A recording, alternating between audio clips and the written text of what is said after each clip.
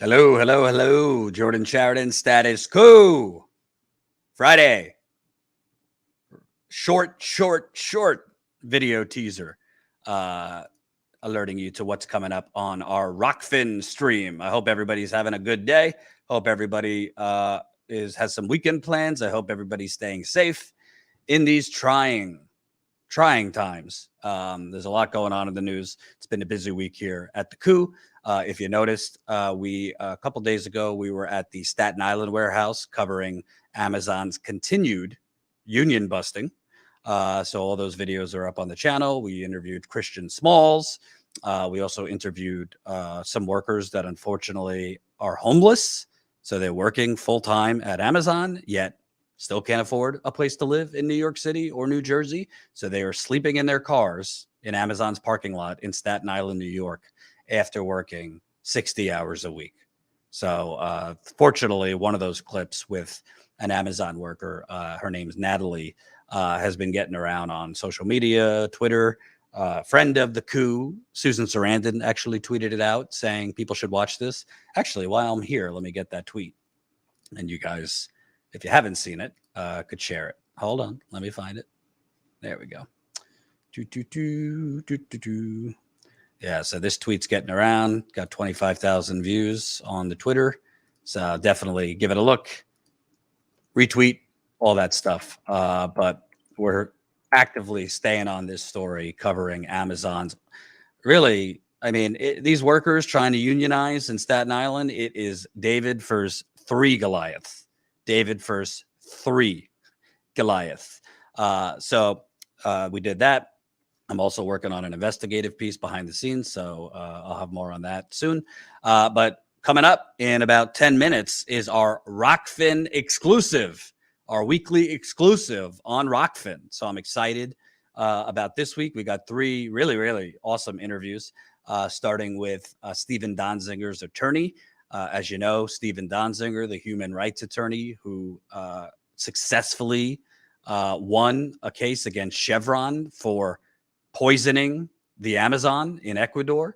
For Chevron was made to pay $9.5 billion for intentionally releasing toxic oil waste in the Amazon in Ecuador, which led to high rates of cancer, birth defects against the indigenous people in Ecuador. Well, Steven Donziger, for successfully winning and fighting against a greedy corporation, Chevron, Steven Donziger has been on the receiving end of a political corporate crusade against him for the last decade. And most recently in September, he was sentenced to 6 months in a federal prison after serving over 2 years under house arrest.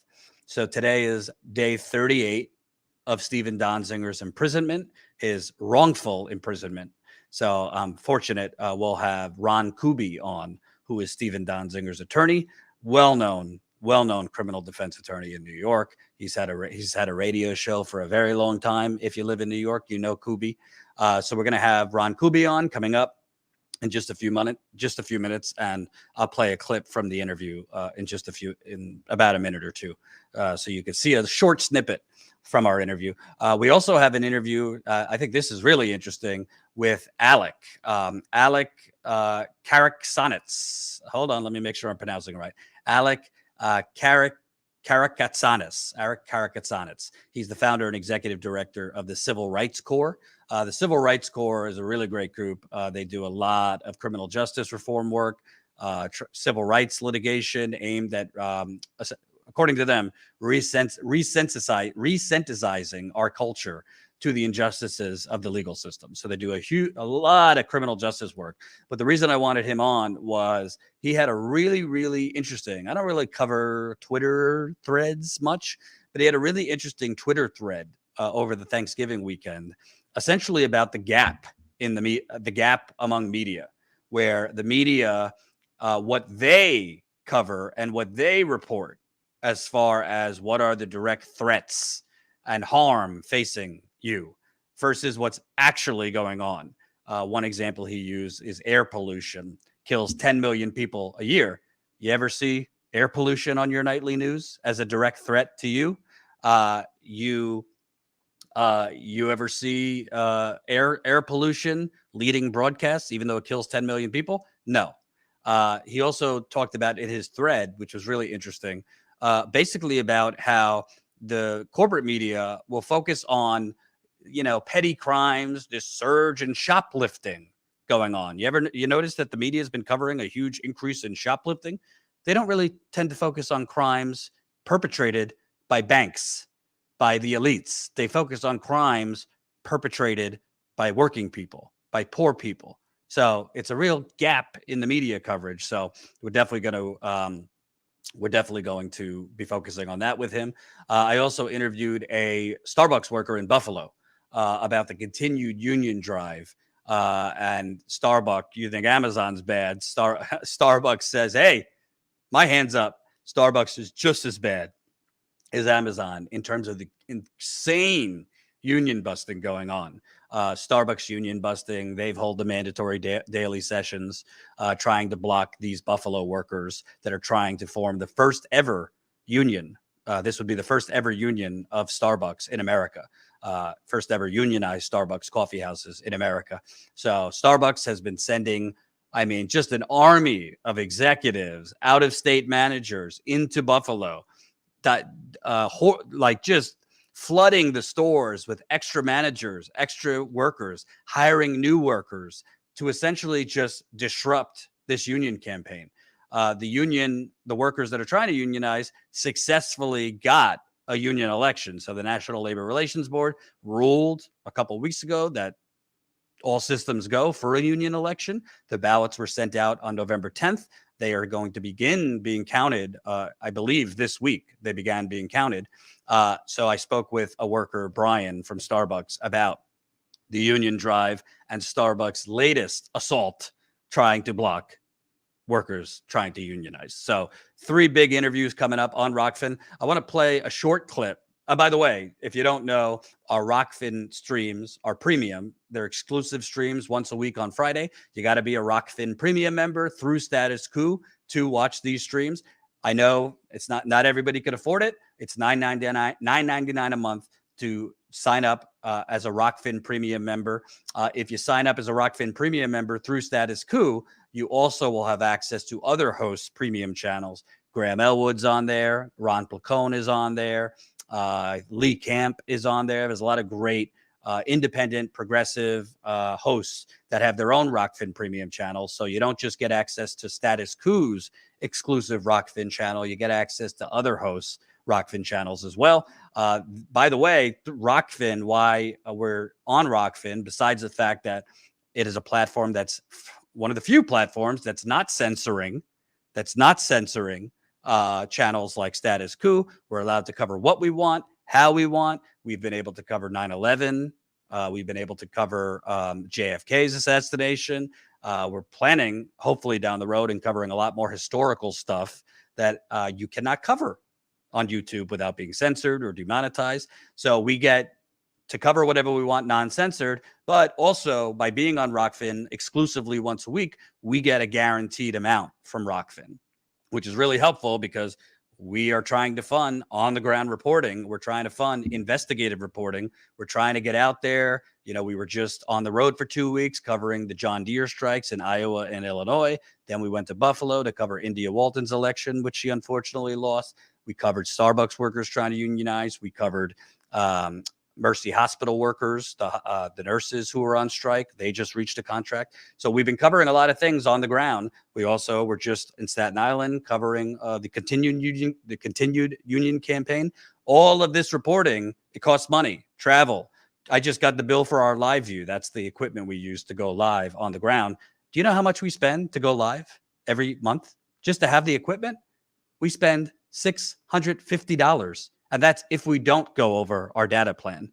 So we spend $650 just to have our live view and our equipment for our data plan and access to live view server. That's not even including having to pay my cameraman when we go out, not even the travel, hotels, flights, rent-a-cars. All this is very expensive. We don't take money from the banks. We don't take money from the fossil fuel companies. We don't take money from big pharma, big real estate, Silicon Valley, the military industrial complex. So we're trying to earn more money through other platforms like Rokfin. So I really hope, if you can, you'll consider signing up, rokfin.com/statuscoup. Again, we're about to go live on Rokfin for our weekly exclusive. You can't, if you're not a Rokfin premium member, you won't be able to watch the stream. We do cut up shorter clips of the stream and post it on YouTube as well. So if you can't swing it, totally understand if you can't.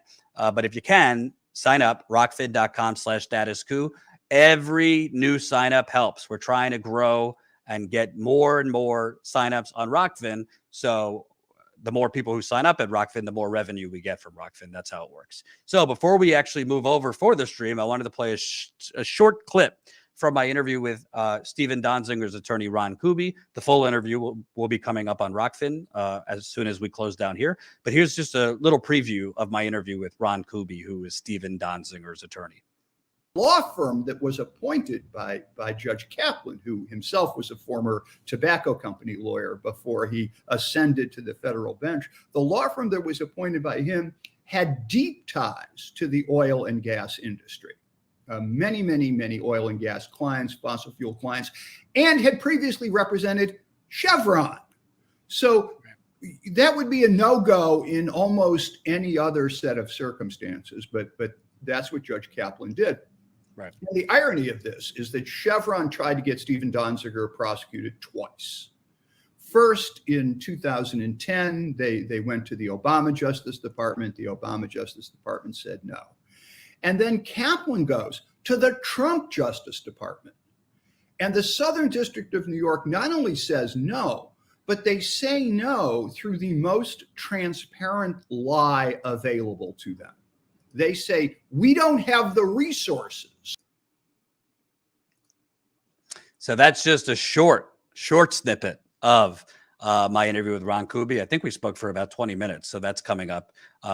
And by the way, there's been developments in the fight to get Steven Donziger released from prison. Just this week, 9 House members, including AOC, Rashida Tlaib, Chuy Garcia, Ilhan Omar, Ayanna Pressley, and several others, they wrote a letter. I think there needs to be more than a letter, frankly. But they wrote a letter to the Attorney General, Merrick Garland, demanding that Merrick Garland take back this prosecution of Steven Donziger. This corporate political crusade has been in the hands of private corporate lawyers and judges with ties to Chevron. So these House members are demanding that Merrick Garland and the Department of Justice take back control of the case and dismiss it and release Steven Donziger. So that's one of the things Ron Kuby and I talked about. There is also a campaign now among law students to basically boycott a major corporate law firm that has been the leading law firm going against Steven Donziger on behalf of Chevron. So there's a major campaign among law students right now going against Chevron, going against Gibson Dunn, which is a major corporate law firm. It actually ranks number 2 in terms of the amount of anti-climate litigation they do. And we also talked about there was an appeals court hearing, because Steven's case is in the appeals court now, a couple days ago this week, where the appeals court asked the prosecutor who has Chevron ties and has prosecuted Steven Donziger, if the Attorney General, Merrick Garland, called you and told you, dismiss the case, would you do it? Wait till you hear this prosecutor's answer, whether she would follow the Attorney General's orders and dismiss this crusade against Steven Donziger. And let's remember, this is not just about Steven Donziger. This is about the fossil fuel industry, corporate America, the United Corporations of America, right behind me, literally trying to criminalize environmental protest, to criminalize environmental lawyers, to criminalize activism, and to change the subject from the fact that Chevron poisoned God knows how many indigenous poor people in Ecuador, in the Amazon, through dumping I mean, I think it was like 16 billion gallons or something like that of toxic oil waste into their waterways. High rates of cancer among indigenous people there, birth defects. People are still living with this pollution. To change the subject away from what these corporate criminals have done and to change and reverse things against environmental lawyers, environmental activists, to make them the criminals. So they've already gotten away with it. Steven Donziger was under house arrest for over 2 years. He's now on day 38 in federal prison. So house arrest for over 2 years. Now he's in federal prison, which, by the way, the prison he's in has had an increase in COVID cases. So this is a corporate takeover and trying to criminalize environmental activism, which we started seeing them doing in 2015 and 16 against Standing Rock when I was there, and them trying to criminalize protests and beat up protesters and shoot at protesters. They shot grenades at protesters when I was there at Standing Rock, tear gas, pepper spray, rubber bullets, freezing water. There's been laws that Republicans on the state level and nationally have tried to get on the books to criminalize protest, to make it felonies to protest critical infrastructure, i.e. fossil fuel pipelines, to make it legal that if a person ran over a protester who was protesting against these pipelines, that person who drove over a protester who ran them over would have no liability. So this is serious business. It's well beyond Steven Donziger. Well beyond Steven Donziger. So that's what we got going on. Again, interviewing Ron Kuby, Steven Donziger's attorney, with an update on Steven's imprisonment and the fight to get him out. Interviewing Alec Karaksanis, the head of the Civil Rights Corps, about the media's alternative reality, and also an interview with a Starbucks worker with an update on the Buffalo Union Drive. So we got a lot to do coming up right now on Rokfin. So please, please, please sign up, rokfin.com/statuscoup, rokfin.com/statuscoup. Again, you get access to our Rokfin Premium channel, as well as other hosts like Lee Camp, Graham Elwood, Ron Placone, and a lot of other great people. For us to get the credit of you as a subscriber, if you sign up, it has to be through rokfin.com/statuscoup. So you got to sign up, rokfin.com/statuscoup. If you can't sign up, you won't be able to watch the full interview, but we will clip out part of the interview and post it on YouTube. So we understand if you can't sign up, if you can't afford it, that's fine. If you can, $9.99 a month, you get access to our premium Rokfin channel, as well as other great hosts. So please, please sign up now, and we're headed over to Rokfin now. Thanks so much.